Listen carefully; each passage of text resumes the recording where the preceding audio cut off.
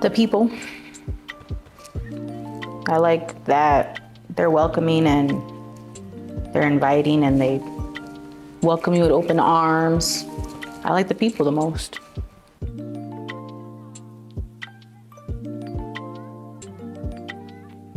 No, I feel more celebrated here than I've felt in my entire life with anybody, even my family. I don't know if that's TMI, but I feel celebrated and welcomed by everyone here. I have no ill will. There's no ill will. I don't feel animosity or hatred or anything like that.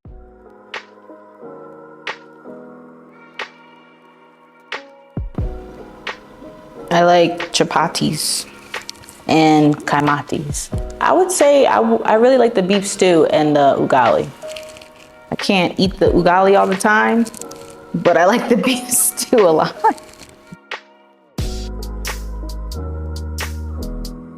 A kaimati is it's like a donut, but it's not super sugary like a donut that I'm used to in the US. It's just like a circle without the hole, and it's like dough, and like it's fried dough, and you just bite into it and it's a little crispy, especially if it's made right.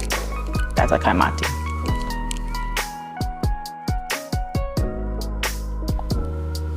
Freedom, the lifestyle. I couldn't live a certain lifestyle in America based off of what I seen and how everyone else moved in America. Not saying everybody had this certain lifestyle, but in my vast range of what I could see that was tangible, I couldn't really grasp the lifestyle that I wanted in America at that moment in time, if that makes any sense. I wanted a different lifestyle. I wanted freedom. I wanted to be able to not work a 9-to-5 and not see my family every day and not see my kids. It's just different here, the lifestyle. I don't think it's normal to return to work after 90 days of giving birth to your children, because that time is crucial for the mother and daughter child to bond. And when I had to return back to work after giving birth to my daughter, I just felt like lost and in pain, and I was going through postpartum like separation anxiety, so I can only imagine what she was going through in those times. So to me, that right there was another reason why I came here, because to be able to give birth to your child and a sense of community surrounds you. They have where people come to your house and stay with you for months on end to make sure that the mother's okay and the baby's okay. That culture difference right there is just another major reason why I chose to live here rather than stay in America, and the society norms and things of that nature.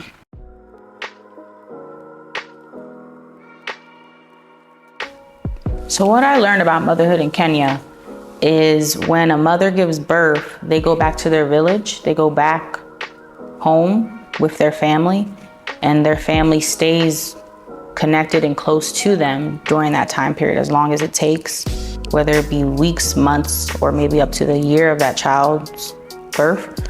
Well, a child's birth, yeah. So all that time frame is like they're just catering to the mother and the child. They're taking care of you. The mother doesn't have to report back to work, or she doesn't have to have that burden on top of her as far as like finances, like, oh, I have to go back to work, I can't stay with my child long term. So that time is like about healing and embracing your child and connecting with your child, rather than, getting all those moments in within 3 months and then you have to rush back to work. So you have time to just be in the moment and not feel like I have to leave my child. So that's what I learned in Kenya as far as when a mother gives birth here. They have time to be with their child, and the culture itself is like, this is an important time in your life to be with your child, be one with them.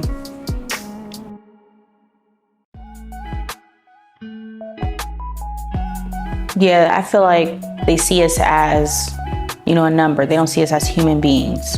And they see us as, okay, this is not even a person, like a being, like this specific like number, this number 1, 2, 3, 4, 5, 6, 7, 8, they're going to create more income for us. They don't see us as actual humans that have lives, that we have children of our own to take care of. We're not seen as equal. So here I feel as though we're seen as equal, we're celebrated, we're welcomed, we're understood as women, more so in America.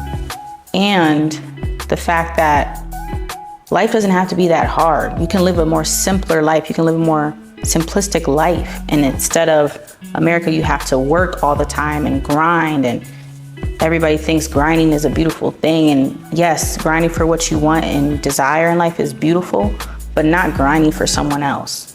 Like, that is totally different than people be like, oh, I'm on my grind or whatever. But long story short, I say that a lot. They don't see us as human beings. They see us as a number. They just be like, you're someone that's gonna make me more income. I don't care about your children. I don't care about your life. I don't care about your work-life balance. I need my quotas to be made, and you not being here money's gonna be coming out my pocket.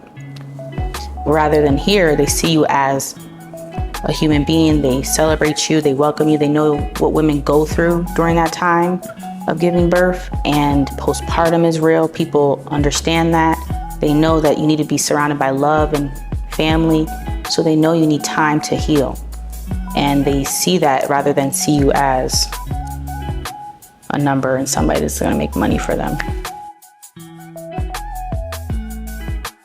I had the pleasure of being here during the holidays, and it's totally different than what I experienced growing up in America. I would pretty much be surrounded by gifts, the tree, the decorations, all that would be like a facade to feel good in those moments in time around the cold area, the cold season. Whereas here, it's not cold, and on top of that, people don't surround that time for decorations, gifts, the tree.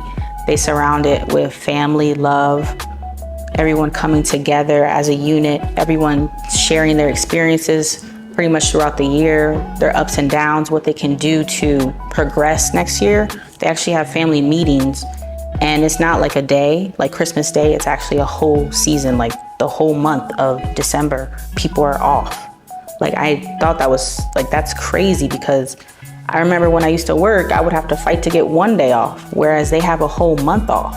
That's amazing.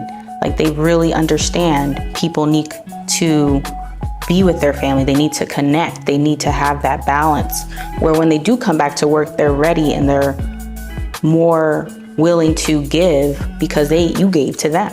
As a company, you gave to them, and now they're gonna give back to you. And they're gonna take pride in their work. But yeah, here, like, everybody just goes to their villages. Like, literally the town is quiet. Like, we stayed in the city, but everybody left the city. They went back to their villages. They stayed with their family. They said they have family meetings where they all sit down and talk about how they can progress as a family. And they all have their stories of the year. And they don't really surround it by gifts and trees and decorations. They surround it with love and family. And of course, they bring food, and everybody just dances and has a great time. Yes, they value the elders extremely. Like, it's disrespectful not to come back to the village and honor your elders and give back to your people.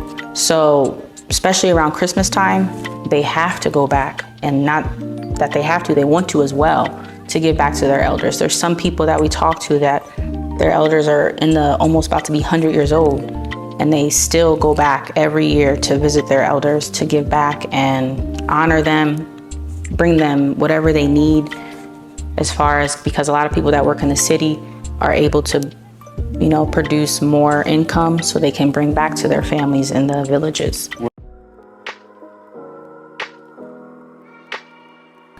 So the gifts that people here give back to their elders and just to each other is clothes, food, things that are a necessity rather than a want or a desire. People don't really rush to the store and get, candles and candy and cards and stuff like that. They actually give things of value. As whereas in America, people just buy stuff randomly just to, hey, I love you. This is something that I just randomly bought a day before Christmas. Whereas here, they think it out. They're like, okay, my family's gonna need rice for the next year. So they get like these big, huge bags of rice.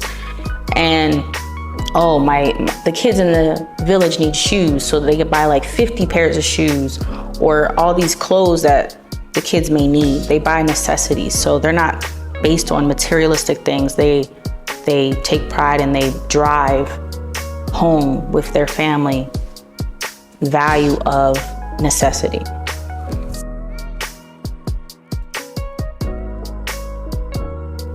As a woman here in Kenya, I feel extremely safe. I remember when my husband had to return back to the States for about a month. I was by myself in a foreign country. I wasn't, I'm not super extroverted as much as people would think I am. I'm very introverted in a lot of ways, but I had to get my kids to school. I had to take a boda by myself. I walked to the Carrefour by myself. So all these things I'd done by myself in a foreign country, and I was just fresh to this country maybe a month in, and then my husband had to return back to the States for business reasons. But long story short, I felt extremely safe during that time. That was like a crash course. Like, is it safe or is it not? And I really felt safe, and I just felt more safe because I saw other women walking around and going to work, taking the bus, and taking a boda by themselves. So it encouraged me as a woman to do the same. I was like, okay, well, all these other women are doing it. So I hopped on a boda and I took my kids, I dropped my kids off and then I hopped on a boda to get home.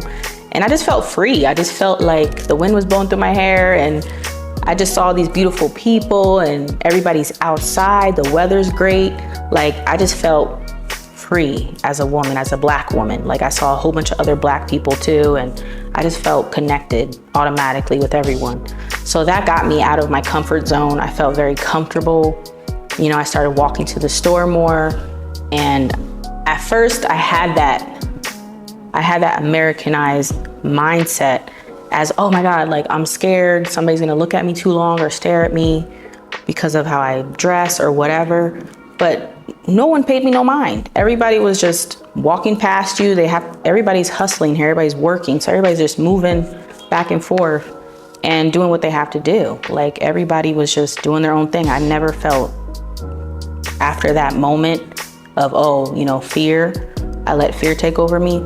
Once I actually got out there and started moving around, the fear just left because everybody's on their own accord, doing their own thing. So I felt very safe here.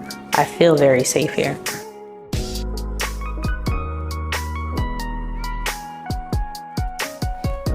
So when my husband returned back to the United States, the friends that I collected, I made here, they came and comforted me during that time. They came over and they cleaned for me, they cooked for me, they welcomed me over to their house. They constantly wanted me around because they knew I needed to be sheltered and guided and loved on because my husband wasn't here. And they knew I was in a new country. They knew we were new to this country and our kids were new.